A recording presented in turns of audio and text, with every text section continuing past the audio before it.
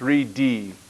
Find the x-coordinate, slow and careful, of each point of inflection on the graph of f. So f has a point of inflection whenever f changes concavity. That means I'm trying to identify where the graph of f prime changes from increase to decrease. They did do a tricky thing on this problem. If I look at the graph of f prime, I notice that f prime is constant. Then f prime switches from being constant to being increasing. That's not the type of switch I'm looking for. So don't pay attention to that. And in reality, what would have happened on the graph of f, that's what I've tried to show here, although this is not really accurate necessarily. It's just kind of a rough idea of what f might look like. When f prime is constant, and f prime is constant here with a y value of -3, that means that for these x values, the graph of f must always have a slope of -3. So that's what I've drawn here. A graph of f that has a constant slope of -3. Like that. So this graph of f prime is telling me that this is what the graph of f would have to look like. Then beginning at x equal -2, the graph of f prime is going up. When f prime is going up, the graph of f must have a concave up shape. So right here where f is going up, I drew a representation of f having a concave up shape.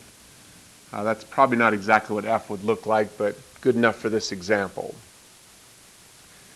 Then f prime becomes constant again. So here, f prime is again constant.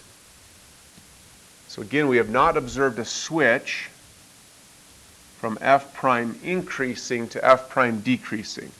We have observed a switch of f prime increasing to then f prime being constant.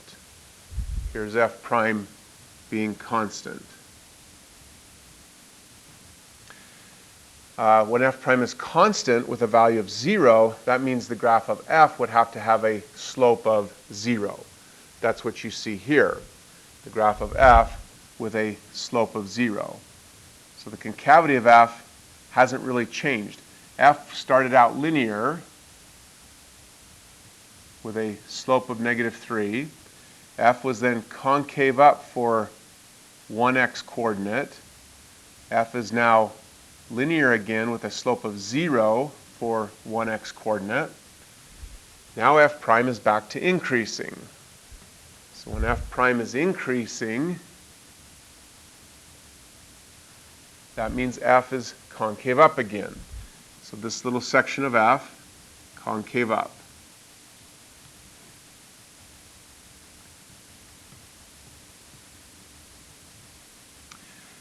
Now f is constant again. So when f is constant now, f prime is constant with a slope of 2. That means the graph of f has to be constant with a slope of 2. Here f prime is positive, which means f has to be going up. So f is going up with a constant slope of 2. So far I've not had any switch in concavity. This section of f was concave up. This section of f was also concave up. I've not had a switch in concavity. And corresponding to that, I have observed that f prime has not switched from increase to decrease. F prime has gone constant, increase, constant, increase, constant. Now f prime is going to decrease. That still is not a switch from, as required, increase to decrease or vice versa. I'm now switching from f prime being constant to F prime decreasing. Finally, right here at x equal 4, I observe F prime switching from decrease to increase. That is the only place where F prime switches from decrease to increase, which means that would be the only place where F itself switched from being concave down to F being concave up.